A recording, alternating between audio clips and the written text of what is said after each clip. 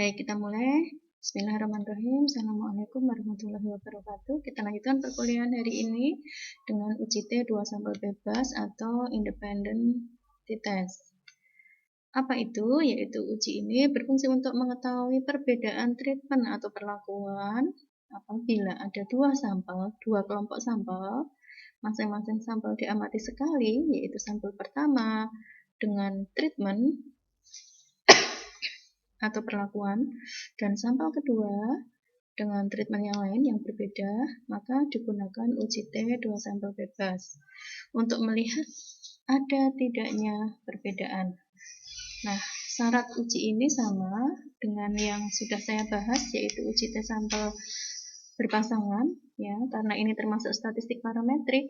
Syaratnya ada dua, yang kemarin tadi sudah saya jelaskan, yaitu pertama skala datanya harus interval atau rasio.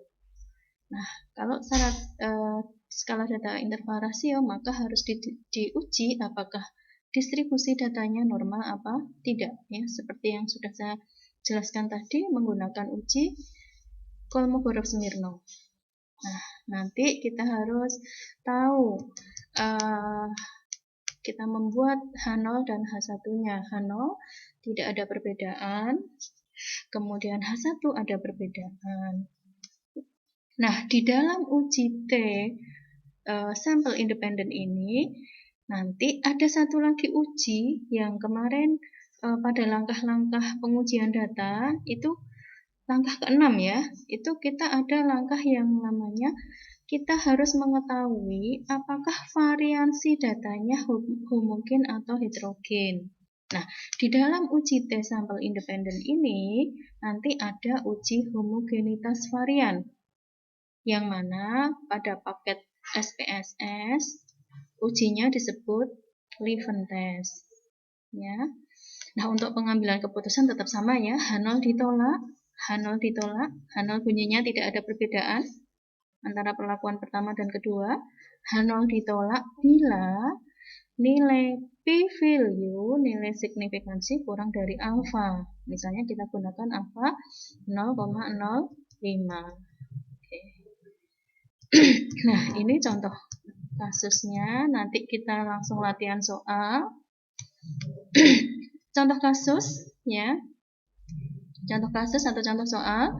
Dilakukan penelitian untuk mengetahui pengaruh pemberian suplementasi Fe terhadap kadar Hb pekerja suatu pabrik. Ada dua kelompok pekerja, masing-masing 10 orang. Nah, dua kelompok pekerja masing-masing 10 orang. Jadi totalnya respondennya 20. Ya. Di mana kadar Hb sebelum suplementasi tidak berbeda nyata. Jadi dua kelompok ini kondisi kadar Hb-nya itu tidak berbeda nyata. Jadi hampir-hampir sama sedikit gitu ya. Kemudian tablet Fe diberikan pada kelompok 2. Jadi kelompok 2 diberi tablet Fe dan kelompok 1 tidak diberi tablet Fe. Nah, setelah 1 bulan pemberian suplementasi Fe, ya, maka kadar Hb dari dua kelompok tersebut, baik kelompok 1 yang tidak diberi tablet Fe, kemudian kelompok 2 yang diberi tablet Fe, ini diukur. Ya. Nah, dari hasil penelitian ini contoh kasusnya, Anda bisa lihat di sini di dalam tabel ini, ya, setelah 1 bulan berlalu gitu ya, setelah pemberian tablet Fe rutin gitu ya, tiap hari diminum, yang kelompok 1 ini tidak diberikan tablet Fe, kita dapatkan data kadar Hb sebagai berikut, ya, sebagaimana ada di dalam tabel. Nah, pertanyaan penelitiannya adalah apakah kelompok yang mendapat suplementasi Fe, yaitu kelompok 2, mempunyai kadar Hb yang lebih tinggi. Atau pertanyaan penelitian ini juga bisa dibuat demikian. Apakah ada perbedaan kadar Hb antara kelompok 1 dengan kelompok 2? Kelompok 1 kelompok yang tidak diberi tablet Fe, kelompok 2 adalah kelompok yang diberi tablet Fe. Dengan menggunakan alfa 0,05, maka lakukanlah pengujian statistiknya. Oke, sekarang kita buka SPSS ya. Oke, kita buka SPSS-nya.